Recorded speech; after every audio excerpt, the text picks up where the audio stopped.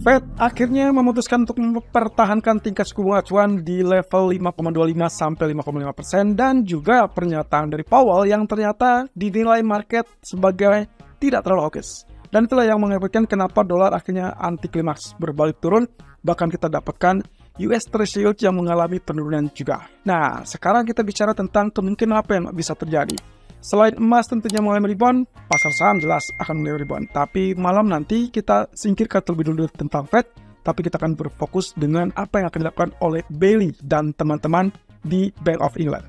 Oke, dari dua bank sentral yang sudah mengumumkan kebijakannya, dari BOJ mempertahankan tingkat suku bunga acuan dan juga FOMC atau Fed kemarin juga mempertahankan tingkat suku bunga acuan.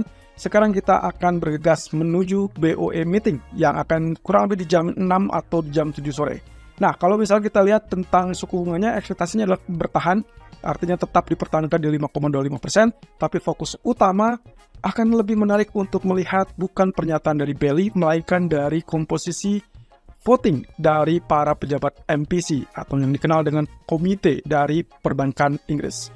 Nah, ini yang akan menjadi satu tujuan utama, tapi kita keep terlebih dulu.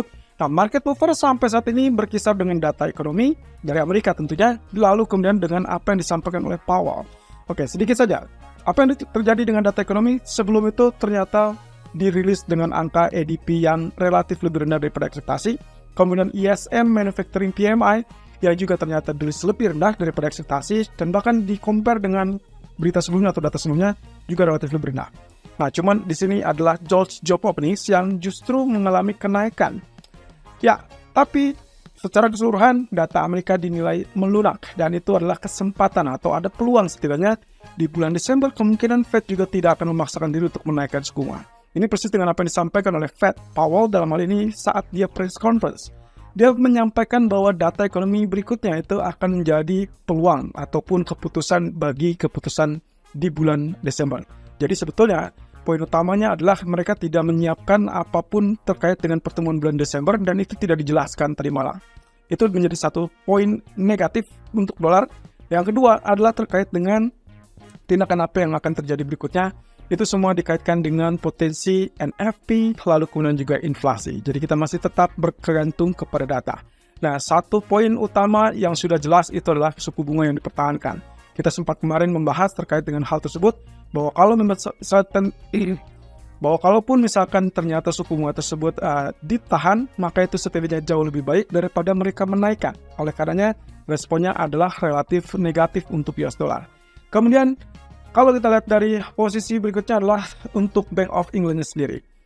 Keperkiraan adalah unchanged alias tidak berubah di angka 5,25%, tapi hal utama di sini adalah yang akan dicermati yaitu MPC votes.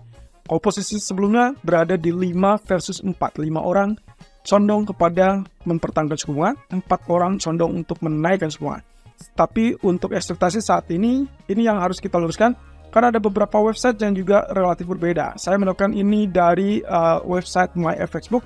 Ekspektasi saat ini adalah 6 orang memilih untuk tidak berubah atau unchanged, sementara 3 orang memilih untuk mendukung kenaikan. Sementara yang terbaru dari Investing, saya sempat melihat di situ ada ekspektasi 7 orang mempertahankan suku bunga, sementara 2 orang justru ingin tetap menaikkan suku bunga.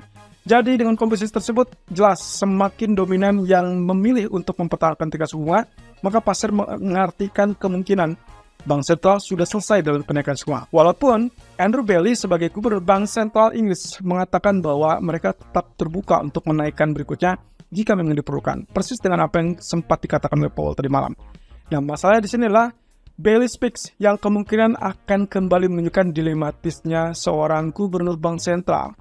Berbeda dengan Powell, merasa masih yakin bahwa inflasi belum turun, berarti mereka masih tetap terbuka untuk menaikkan suku bunga dan mereka tidak mengisyaratkan akan terjadi pemangkasan. Sementara Bailey sendiri, dia dibingungkan dengan kondisi perlambatan ekonomi. Ya, kita compare antar data, baik itu dari Inggris ataupun Amerika, yang ternyata Amerika jauh lebih baik daripada Inggris. Sehingga Powell jelas jauh lebih optimis ketimbang Bailey yang menghadapi data tingkat pertumbuhan ekonomi yang relatif rendah, dan itu berarti perlambatan ekonomi. Sementara inflasinya masih 6,7%.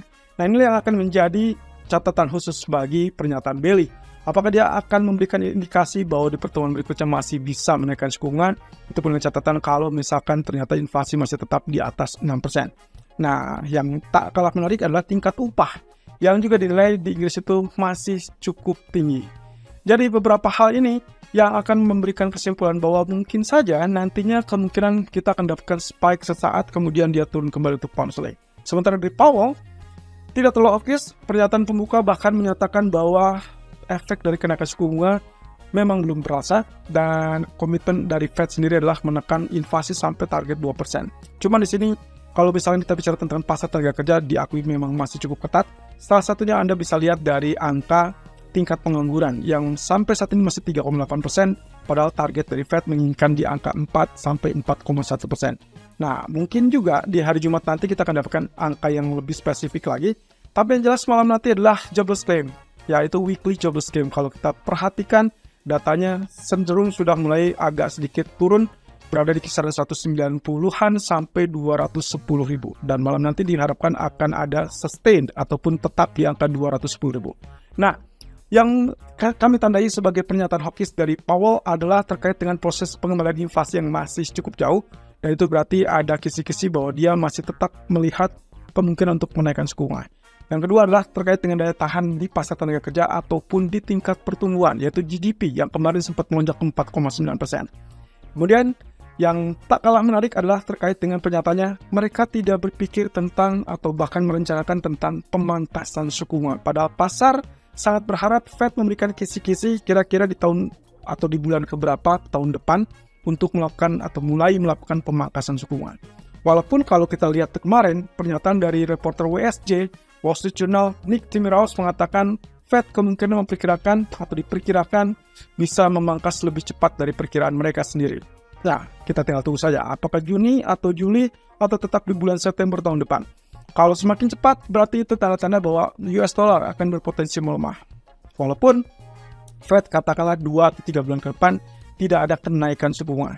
Nah, sementara itu pernyataan yang less hawkish atau ditanggapi oleh pasar adalah pertama, dia tidak menunjukkan sama sekali tentang potensi kenaikan suku bunga di bulan Desember. That means negatif kan, ya. Jadi dolarnya akan kecenderungan negatif dan itulah yang terjadi sampai saat ini. Kemudian juga menunggu data NFP dan juga inflasi. Ada 2 data NFP yang katanya akan disandingkan untuk pertemuan bulan Desember nanti, termasuk juga 1 data inflasi CPI. Karena pertemuan FOMC Desember kurang lebih di tanggal 13, yaitu berarti 12 dan 13 Desember. Sementara yang terakhir adalah mereka menyatakan mereka tidak berpikir tentang pemangkasan, melainkan mereka bertanya-tanya, haruskah Fed kembali melakukan kenaikan suku bunga? Ini cukup menarik, karena berarti ada keraguan untuk tetap melakukan, sementara ya beberapa pelaku pasar sudah menilai bahwa kenaikan imbal hasil yang sudah cukup tinggi, berarti sudah cukup mewakili atau menggantikan 2 atau 3 kali kenaikan suku bunga. Cukup menarik. Berarti Desember mungkin saja mempertahankan suku bunga kembali, dan itu berarti rally window dressing ataupun bahkan emas pun bisa saja rally sampai akhir tahun. Kecuali kalau terjadi penurunan yang cukup drastis, dan saya rasa minggu ini juga kita masih tetap berhadapan dengan geopolitik.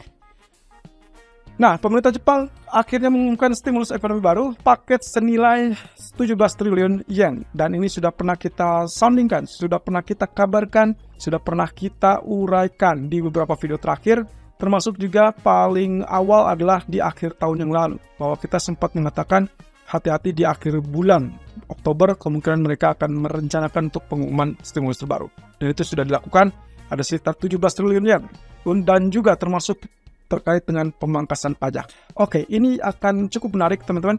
Meskipun satu sisi BOJ mengecewakan kemarin, lalu kemudian kalau teman-teman perhatikan dari pernyataan dari Kementerian Keuangan ataupun BOJ kecenderungannya agak sedikit berlawanan, kemungkinan saya berpikiran bahwa Kementerian Keuangan kemungkinan akan mengambil alih untuk yang namanya intervensi. Tapi lagi-lagi data ekonomi tadi malam tidak begitu menggugah selera, yang artinya tidak ada desakan untuk BOJ melakukan tindakan intervensi tersebut, termasuk dari Kementerian Keuangan.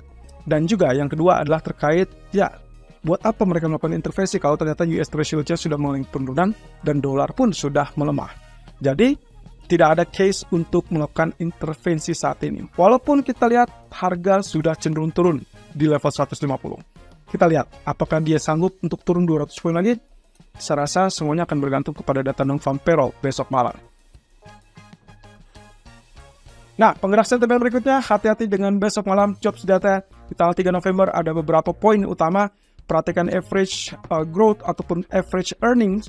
Ya, kita lihat di situ yang diharapkan adalah penurunan tingkat upah, kemudian juga terkait dengan non-farm payroll dan juga tingkat pengangguran.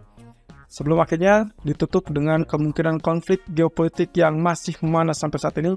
Dan saya rasa masih mencari resolusi di Dewan Keamanan PBB yang sampai detik terakhir tadi saya sempat baca adalah 120 mendukung untuk resolusi gencatan senjata, sementara 17 sisa atau 70 sisanya cenderung menolak. Dan salah satunya lagi-lagi Amerika. Nah, kemudian inflasi CPI di tanggal 14 November. Saya rasa itu akan kita keep untuk 2 minggu ke depan. Dan ini berarti minggu depan mungkin saja kita akan dapatkan koreksi lagi untuk emas. Tapi saya lebih berpikir apa yang akan terjadi di ending minggu ini, yaitu di hari Jumat. Tapi sebelum itu, berarti kita akan lihat jobless claim nanti malam. Oke, ekonomi kali ini saya akan langsung fokus saja kepada BOE. Jadi perhatikan di sini data saya ambil dari investing.com. Ada vote di situ yang mengharapkan untuk kenaikan suku bunga sebanyak 2 orang. Dari sebelumnya 4 orang, sekarang cuma 2 orang. Artinya 2 lagi itu nyebrang ke keputusan untuk mempertahankan tingkat suku bunga. Ini yang cukup menarik. Berarti kalau ini komposisi yang benar, berarti pound sterling dia naik sedikit lalu kemudian dia turun. That means buy rumor sell effect. Tapi saya lebih pikir sebaiknya Anda langsung dominasi cari level sell daripada buy terlebih dulu, karena dikhawatirkan akan terjebak. Dan lagi-lagi di 3 atau bahkan 4 pertemuan yang dahulu, setiap BOE melakukan pengumuman suku bunga, baik itu menaikkan ataupun mempertahankan, ujung-ujungnya adalah kenaikan sesaat, terbatas, kemudian dibalikan, dibanting lagi turun. Dan secara weekly memang seharusnya akan terjadi penurunan sampai level 1.18. Kita lihat saja apakah itu akan terjadi responnya, tapi yang jelas stop loss harus digunakan. Saya perkirakan kalaupun naik di atas 1.2250, maka kemungkinan yang menjadi resisten terakhir adalah 1.2300. Tapi itu nanti kita akan bahas di technical analysis. Ya, pada akhirnya kita masih tetap harus menanti dan juga mengartikan dari data ekonomi karena Powell kurang petunjuk atau kurang hawkish sampai saat ini. Dan dolar masih melemah, US Treasury juga turun, berarti pro atau positif untuk emas, positif untuk saham, dan juga kemungkinan positif untuk mata uang sebagian. Tapi sisanya akan tergantung dari apa yang diputuskan oleh Bank of England nanti malam.